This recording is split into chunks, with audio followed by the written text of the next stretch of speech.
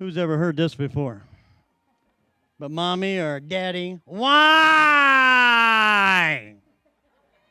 What's the response to that? Because I said so. Exactly right. That's the proper response. If you are a parent or you've had a significant other, you know the statement means this. I have all the information I need to make this decision, and your input is neither solicited nor appreciated.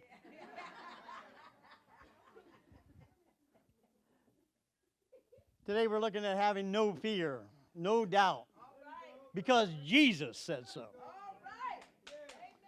We're going to do that by looking at the disciples and kind of taking a look into their life. We're looking at the whole front line, the guys and gals who hung out directly with Jesus. Yes. And as we open, they're in terror. They're in fear to the 9th degree. They're in total doubt and major denial. Great place to learn about no fear, right? Learning about no doubt from a bunch of people that are scared to death locked in the room. They're doing that because they're in the baby steps of the way that the Jesus movement, they're like we are many times. They're trying to, when we first started to look to trust in Christ, we go through a lot of, in the beginning part anyway, or maybe even further on down the road, a lot of bumps, a lot of burps. So if you have a Bible, grab it in your hand, just let it fall over into the middle. We're going into the Gospels, Matthew, Mark, Luke, and John. We're going into John. The way I do that is I just grab my left hand, I pinch a little bit of the New Testament, and I start flipping through it. Because past the Gospels, I haven't learned where the correct order yet either. So once you see John, pop that up there. We're going to be in John chapter 20, starting at verse 24. Jesus appears to Thomas. You know Thomas, right? Doubting Thomas? That's right. Now, Thomas, also known as Didymus, that means the twin, one of the 12, actually 11 at this point. He wasn't with the disciples when Jesus came. So the other disciples told Thomas, "We've seen the Lord." So we can relate to Thomas, I think most of us, because, well, first of all, remember, because of Thomas, we get this really cool blessing we're going to talk about in a little bit. We can relate to Thomas because before we came to love Jesus, we weren't always sure that he was real. That's right. How many people are here today that in your past life before you knew Jesus have heard Christians say they know God? Yes. And you thought, man, you are insane. You know God? Right. So Thomas was like, he knew God. He's like, I remember what Jesus said, and I tentatively believe it, but I'm not really ready to buy in yet. So Tommy, we're on a first name basis. So Tommy is listening for Jesus to say, listen to me, see me, hear me, touch me, feel me. Any Who fans here? There's a whole bunch of this gospel in that song. I told you, music talks to me. Thomas continues, he says, unless I see the nail marks in his hands and put my fingers where the nails were, see him, feel him, and put my hand into his side, I will not believe. He's saying, show me the money. That's right. That's right. We've all been there. We're like, God, if you're real, please show me your face.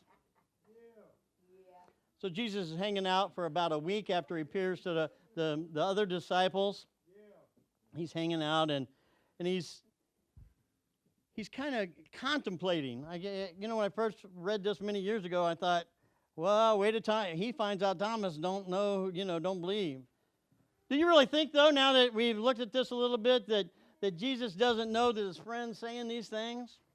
The disciples of 3 years can't grasp who Jesus is, that Jesus is alive? Jesus is all-knowing. He knew before he walked out of the hole in the wall that what was going on everywhere, because he knows what was happening from before the world started until the world is gone as we know it. He could have appeared to Thomas anytime.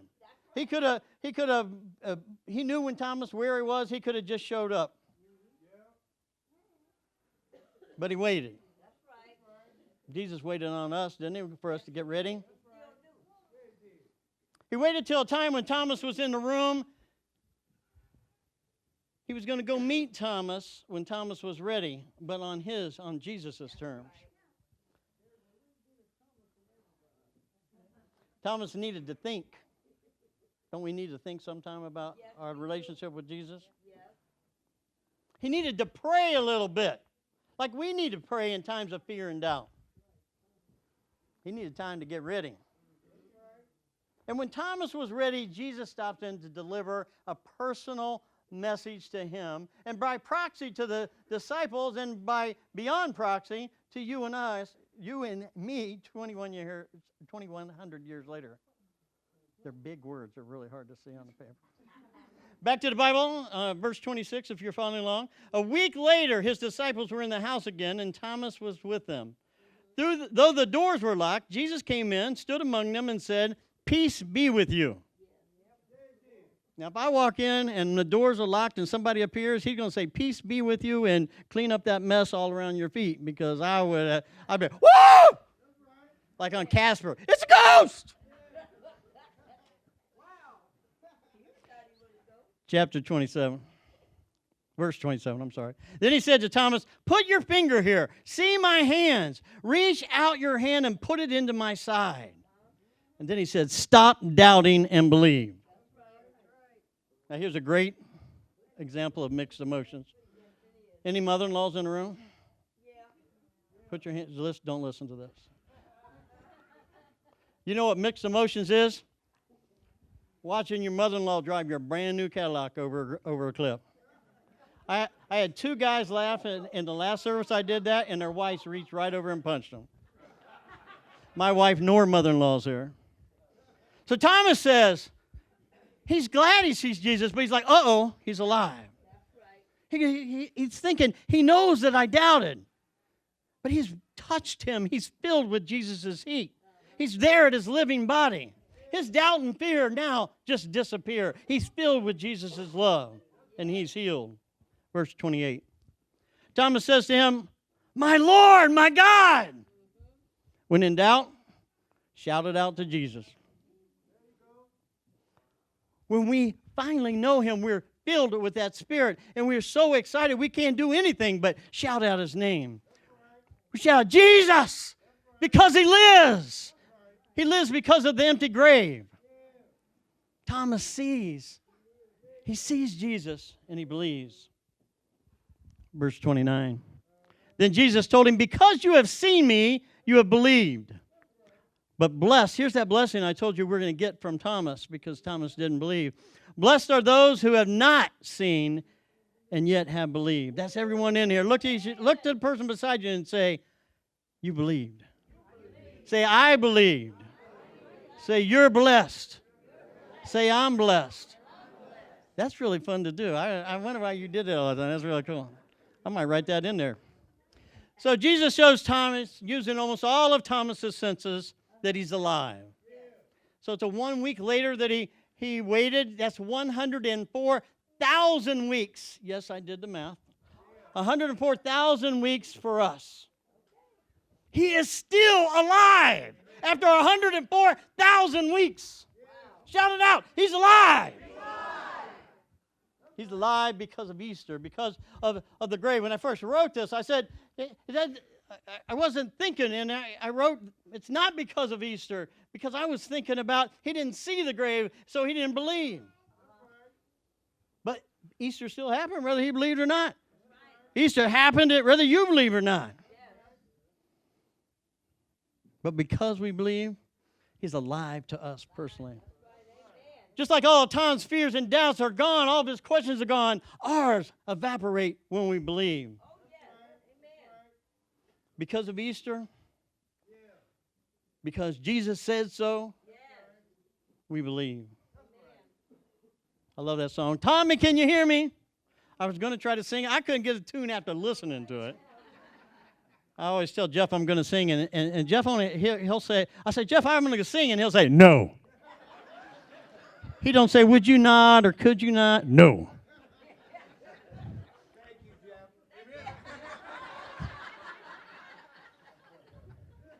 And there's no peanuts there, but I'm hearing voices from the peanut gallery. I know y'all too young to know this song or know the rock opera, Tommy. But, stuff like that is how I know that God is in everything or almost everything. I hear God in music and poems and songs. And I love the way this song goes. And I didn't get it literally until I started writing this. And I started hearing, can you hear me? Do you see me? The song, you may remember, goes, see me. I think it means I am standing here before you, Jesus says. Feel me. Put your finger in my hand. Touch me in the holes of my side. Feel me. I think Thomas is saying, heal me of my fear and doubt. This song goes on. I can almost get the tune. Listening to you. Okay, I won't do it. Listening to you, I get the music. And when I think of music, when I think of the Spirit, when I think of the Holy Spirit, it's always in music and warmth.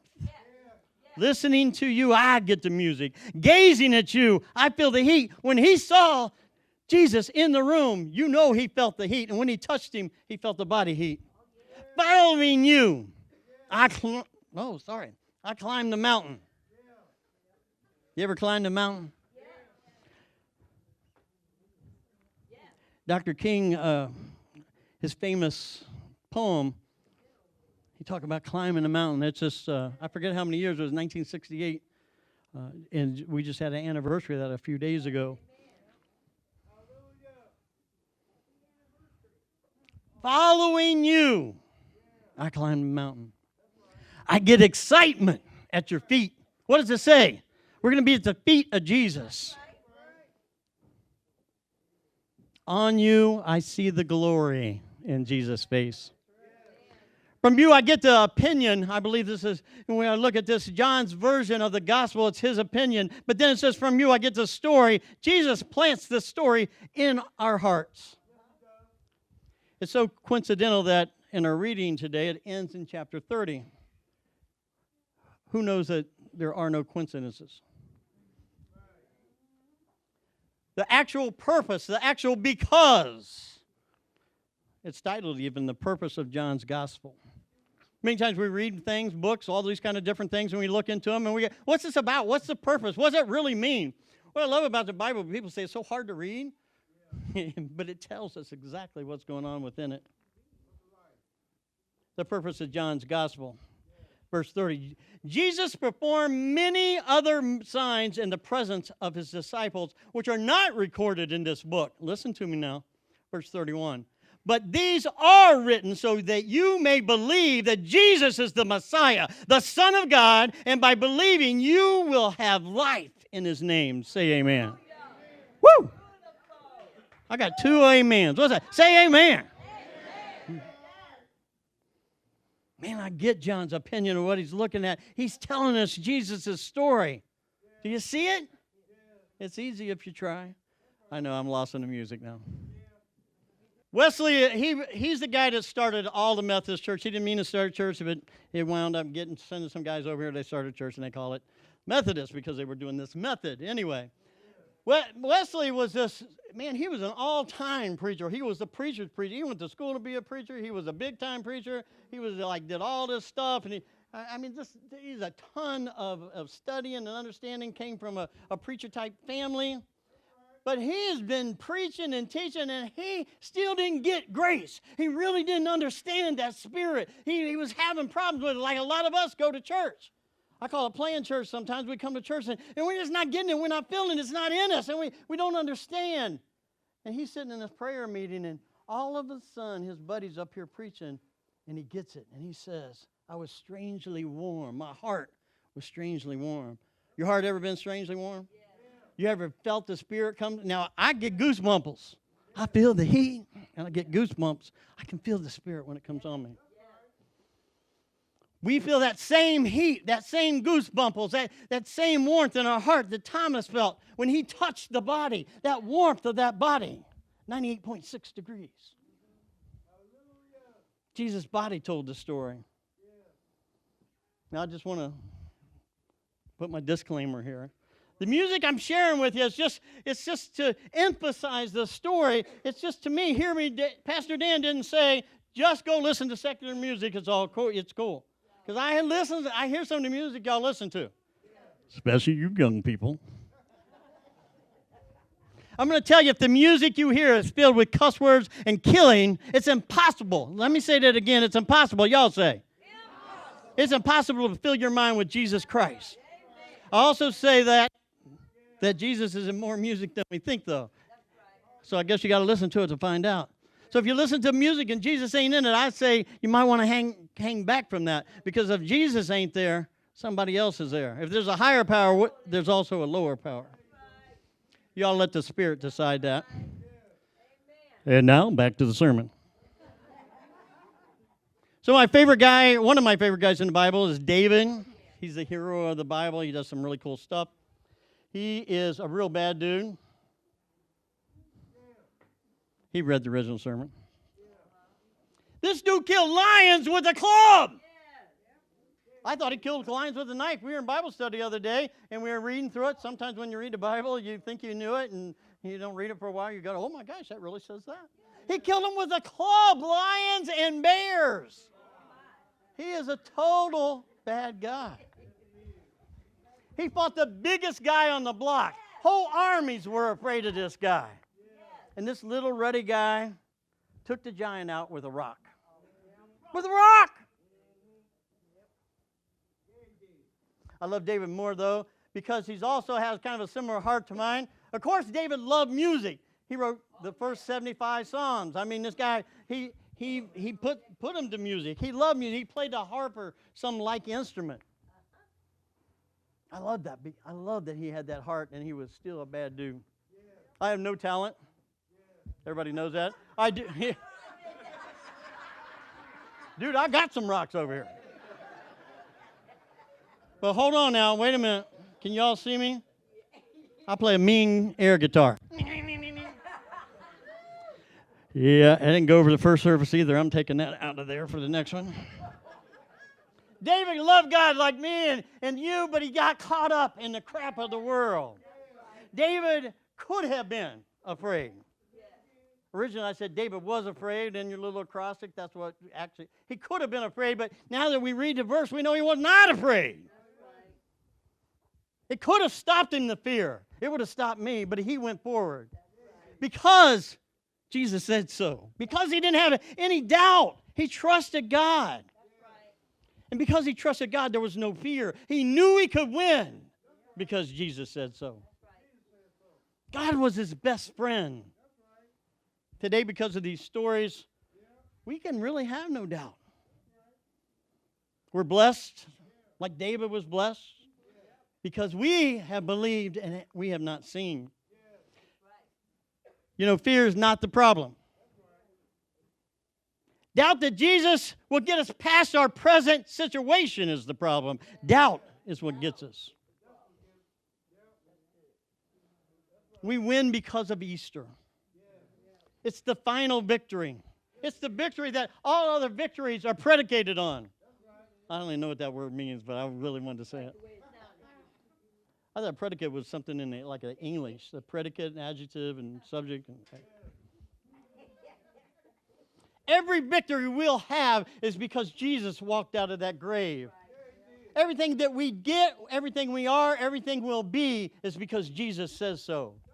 The fear for the soldiers in King David's stories, those fear of the soldiers, they let this little bitty guy be the hero of that day.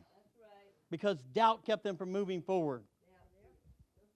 They were frozen in their fear. They was scared. They couldn't make a choice because they were frozen in their fear. But they did make a choice. They made a choice not to fight. Y'all know the band Rush? I'm out of control here. They sing this great song, and I remember it from a long time ago. There's a line in the song. The song kind of goes like, you can choose a ready guide in some celestial voice. But then it says this, if you choose not to decide, you have still made a choice. Man, We talked a little bit about choice last night at the service last night, and some people say addiction's a choice, and some people say it's not. And there's choice involved, the choice whether we pick up again, and it's not just an addiction; it's in everything we do. We make a decision every day. If I was deathly ill last night. I got up here, we thought we were going to have to call an ambulance. I mean, I was sick, and I was in the bathroom, and you don't know all this, and then. I'm like praying on fire. Oh, God, I don't know what's going on. The devil is, blah, blah, blah. You know how you get when you're really praying hard. And man, I had to make a choice. Get out and go out through the bar and get my car and go home and tell John he's going to preach and watch him pass out. I vote for that. Yeah. Everything we do is a choice. Even if we think we're not making a choice, we're making a choice. Today I want to say that when we depend on Jesus and we believe that our fears will be relieved. Sound like a song, don't it? Yeah. When we fear, as in respect and trust God, then our fears, as in a scared, frightened, the ones that freeze us will leave us. Because we know that Jesus will deliver our enemies to us if we get doubt out of the picture. Because He is alive. And because He's alive, my life is possible.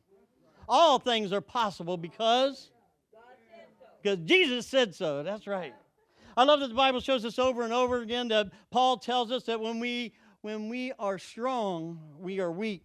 Weak and trusting in ourselves, by trusting Jesus, we're strong. We can do anything through Christ who strengthens us. Jesus is the rock. We call on Him to be filled with the living water. Jesus said, I will give you a water that you will never thirst again, living water.